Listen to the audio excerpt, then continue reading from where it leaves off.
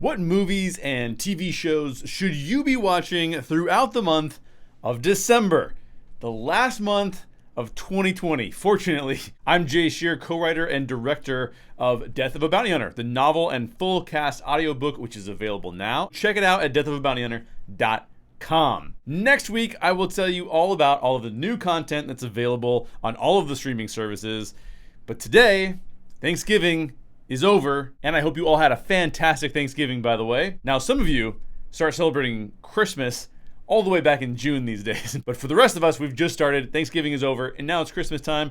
And what does Christmas time bring about? It brings about Netflix Christmas movies. Netflix has purchased or produced a bunch of Christmas movie content, so I'm here to help you figure out how to watch the least cringeworthy Netflix Christmas movies. Now, I'm going to break this down. I have three categories for you. I have decent Netflix Christmas movies. I have watchable Netflix Christmas movies. And then I have really unwatchable, completely cringeworthy, do not go watch them Christmas movies. Watch them at your own risk. Let's put it that way. When I do this grading scale, just know that when I say something is an A-level movie, it probably doesn't mean it's an A-level movie compared to other feature films. It just means that it's an A-level movie compared to Netflix Christmas movies. Let's jump into it. In my decent category, meaning you should probably watch if you're interested in a Christmas movie, the first movie on here is actually so good. This is my one exception to the rule. It's so good that it can go up against big budget Christmas movies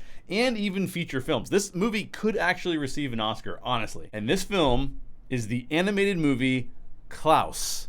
Fantastic movie, great animation, great story. It gets an A+ from me. Let It Snow also fits into the decent category. It's more of a teen romantic comedy, but it's well done. It's not very cheesy, and it does have some really good laughs. It gets an A- from me.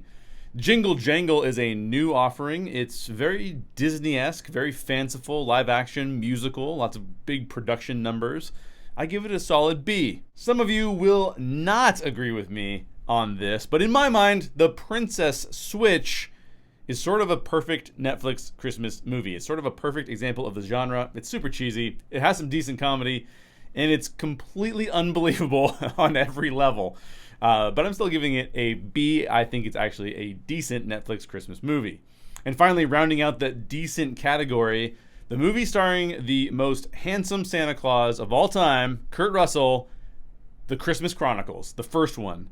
It gets a B-. It is a good story. It is a heartwarming story, and it fits very well into the Netflix Christmas catalog. That is it for the decent category. Let's move on to the watchable category. They're not awful, but I can't call them great either. And I'll go through these a little faster. They may get you to laugh once or twice, and they definitely fit the Netflix Christmas movie mold.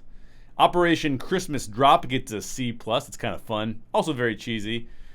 The Christmas Calendar gets a C. The Night Before Christmas, that's night with a K. See what they did there? That is very cheesy, but it's also watchable. I give it a C. The Princess Switch, again, this is the sequel to The Princess Switch. It gets a C, but it's nowhere near as good as the original. Christmas Wedding Planner gets a C, but the ending is straight up an F. The ending gets an F. The movie probably should get an F, but up until that ending, it actually gets a C from me because I actually thought it was pretty funny at parts.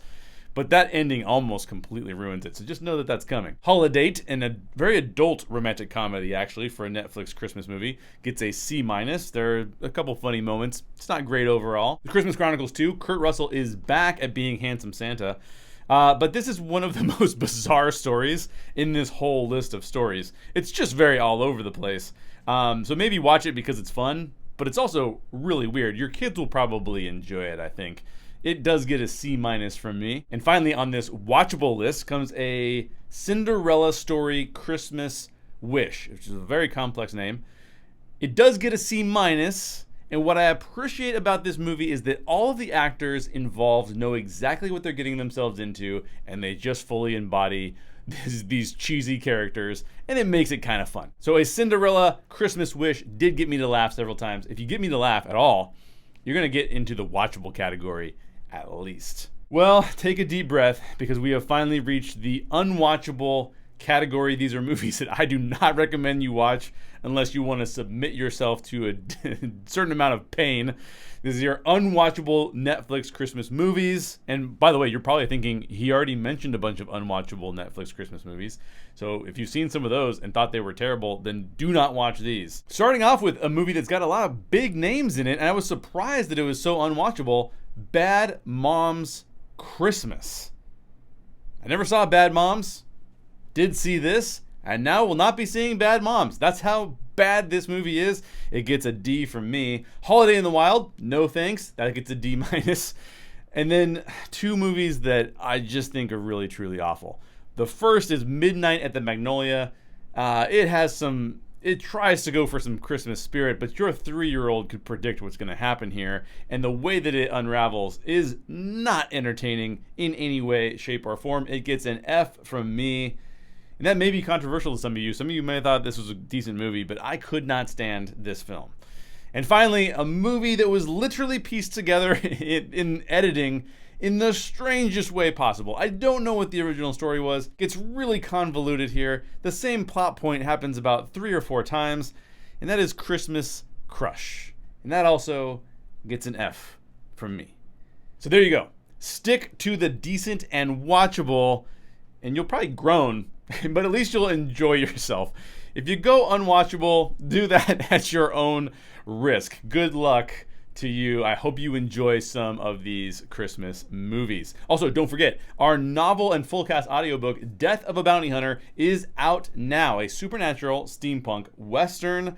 Go buy it for yourself or get it for somebody for Christmas. It's a great Christmas gift for anybody who loves weird westerns or steampunk or westerns in general. Visit deathofabountyhunter.com and check it out. This has been Jay Sherer, and I hope you have fun watching Netflix Christmas movies at home.